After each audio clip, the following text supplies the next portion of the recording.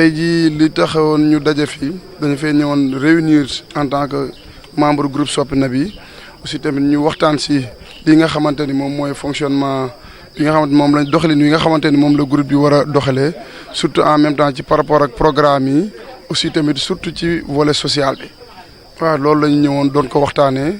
tënku ci yi nga xamante ni moom lañ yaakaar ni xëy na suñ ko doxalee ci wàllu programme yi nga xamante ni moom la ñuy am aussi tamit ak ci social bi nan lañ koy doxalaatee par rapport ak ku ne xam na ni fi mu toll nii fi groupe Sope Nabi toll ci social ànd koog suñu président léegi nag lan la ñuy fexe ba doxalin ci doxalin bu am solo loolu daal tey moom moo doon sababu jotaay bi moo waraloon ñu taxaw bi biir gouvernance pour waxtaan si waaw ñun bu dee ci côté social ndimbalante rek la suñu biir fexe ba maanaam nit ku feebar ci social la nit koo xamante ni am na soxla ñu fexe nuñ ko fajee ci social la lii it ci wàllu yi nga xamante ni moo tax daje groupe bi muy nga xamante ni groupe Sope Nabi li ko undu nga ci mboolem kilifa yi diine wala lépp loo xamante ni diine la muy murit tijaan xaad laayeen lépp la coiffé ñu groupe Sope Nabi kon suñu dee doxal ci social lépp loo xam ne soxla nañ ko tamit ci biir kër diine yi te groupe Sope Nabi war na faa mën a doxal loxoom ñu fexe koo def kon groupe Sope Nabi ci social am ci ku feebar ku am soxla même ba ci biir màkka ak ci yeneen ak yeneen taxawaay daal boo xamante ni doomu aadama war na koo dimbalante ak morom ba rek groupe Sope Nabi pare na pour loolu fexe ci agir daal waaw. naam da ngeen yëngu social. mais également da ngeen souvent da ngeen wax ne da ngeen di jàppale. kilifa yi. parce que liggéey bi ñoom daf mënuñu ko def. ndax loolu day wane ne da ngeen am benn féete aussi. ci groupe bi waaw. non li nga xamante ne ñun ki créé groupe Sope Nabi mooy Mor Gueye président Mor Gueye Sope Nabi nga xamante ni acteur de développement la donc tamit bu ñu dee waxaat ba ci tey ci wàllu social boobu noonu tey jii mi ngi def loo xamante ni mi ngi ciy jàppale président également wala képp kuy kilifa te war koo doxal muy créer emploi ci former ay jeunes yoo xamante ni ci seen wàllu liggéey wala xam na ni kii mën na lii mu fexe ba jàppale ko mu doxal loolu mu war a doxal ci ay groupement féminin nga xamante ni war nañ leen a mën a former am na ay formatrices yoo xamante ni ñu ngi ci biir groupe bi am na ay professeurs yoo xamante ni ñu ngi fi biir groupe bi kon lépp loo xamante ni rek maanaam ni jàpp nañ ni doomu aadama bi social war na koo dox ci diggante nit ak nitam donc loolu moom mi ngi ciy agir donc nag jàppale ci kilifa yi mënut a weesu rôle boo xamante ne monsieur le maire war na kaa mën a dox moom mu àggale fa loxoom kooku maa ngi fay jàppale kilifa fa taxaw mi ngi jàppale ci côté boo xamante ni da nga naan jàppale dafa ci réew mi mooy ci côté. volet social ci li nga xamante ni moom mooy ci wàllu jàppale doomu aadama mu liggéey kooku it maa ngi ko fay jàppale kon donc loolu jàppale kilifa yi réew mi la jàppale loo xamante ni tey nga amoon tey certificat wala nga amoon leneen loo xamante ni maanaam association bi war na kaa doxal surtout nag ci côté diine mu jàppale fa loolu monsieur le maire loo xamante ni rôle am la ci biir dëkk it loolu it maa ngi ko fay dox. mu mel ne yooyu koy def aussi da ngeen koy def si atmosphère bu dal. Sénégal soxla na dal. ñu nekk si jamono yoo xam ne ñu ngi wàcc élection. lan moo si kaddu groupe Sope Nabi. waaw kaddu groupe Sope Nabi boo xoolee ci jamono yi si ginnaaw soo delloo am na programme boo xamante ne tey di def na ko ci kilifay diine yi maanaam wër na di seet kilifay diine gu nekk groupe Sope Nabi dem na fa nemeeku ci ñaan jàmm di am ci réew mi. ñaam naataange am ci réew bi boo xoolee juste avant ñu dugg si nawet bi soo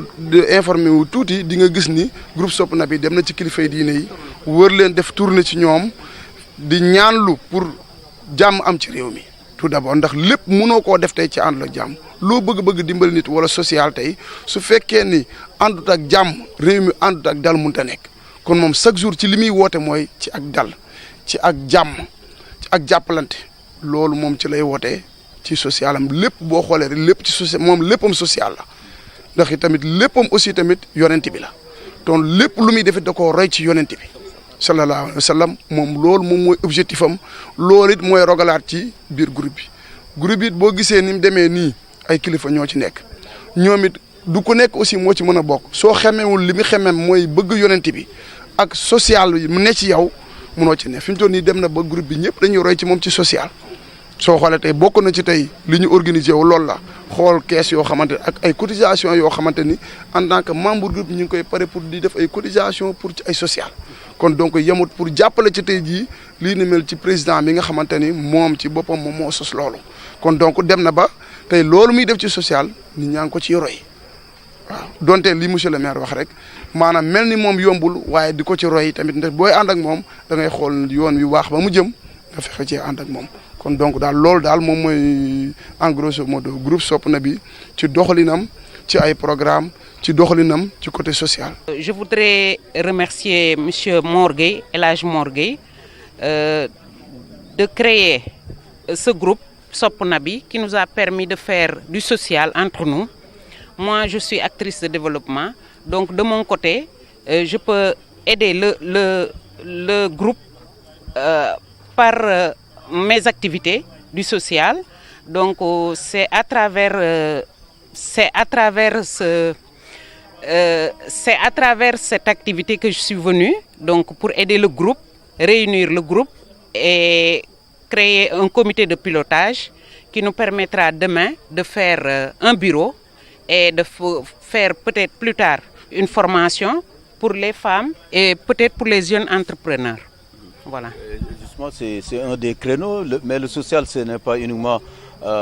sortir de sa poche pour donner. Vous êtes une femme de développement, connue dans la microfinance à Thiès. Mais aujourd'hui, c'est quoi le problème des jeunes ou des femmes pour pouvoir peut-être régler eux-mêmes leurs problèmes? Je crois qu'on ne peut pas tout attendre du président de la République. C'est à travers ça qu'on a fait une réunion de réflexion et que notre président, M. El Hadj Mor Gueye, a soumis un programme et un projet où on doit atteindre les objectifs. Ces objectifs, à commencer par d'abord créer un bureau, ensuite à travers ce bureau, faire des cotisations, avec ces cotisations, et nous aider les uns les autres pour atteindre notre objectif. Ouais. Monsieur le maire, le mot de la fin rapidement. Merci beaucoup. Oui, d'accord. Donc c'est M. Tal, Oumar, Papa Oumar. Voilà, de quoi il s'est agi au cours de cette réunion? Cette réunion consistait aujourd'hui à, en quelque sorte, une restructuration qui va nous tendre vers une réorganisation du groupe Sopp na bi. Parce que on s'est rendu compte que le groupe s'agrandit de jour en jour. Les membres augmentent de jour en jour et ils viennent de toutes les contrées du pays et même de la diaspora. Donc je pense que notre président a jugé nécessaire de réorganiser le groupe pour effectivement mieux gérer les objectifs et mieux tendre vers le social et également faire des prières à l'endroit du pays pour des élections apaisées et que pour une paix sociale en quelque sorte au niveau du Sénégal. L'autre aspect, je l'ai posé tout à l'heure à Mme Sow, le social également, c'est un problème au Sénégal. Est-ce que vous pensez peut-être à des créneaux porteurs pour pouvoir contribuer de façon significative, surtout au problème de l'emploi des jeunes? Oui, effectivement, à notre niveau, donc nous, au niveau du groupe Sopp na bi, déjà, c'est un acteur de développement. Donc, il crée pas mal d'emplois aujourd'hui. On peut en citer sur le domaine où il évolue, qui est le bâtiment et les travaux publics. Donc, à ce niveau-là, il crée énormément d'emplois.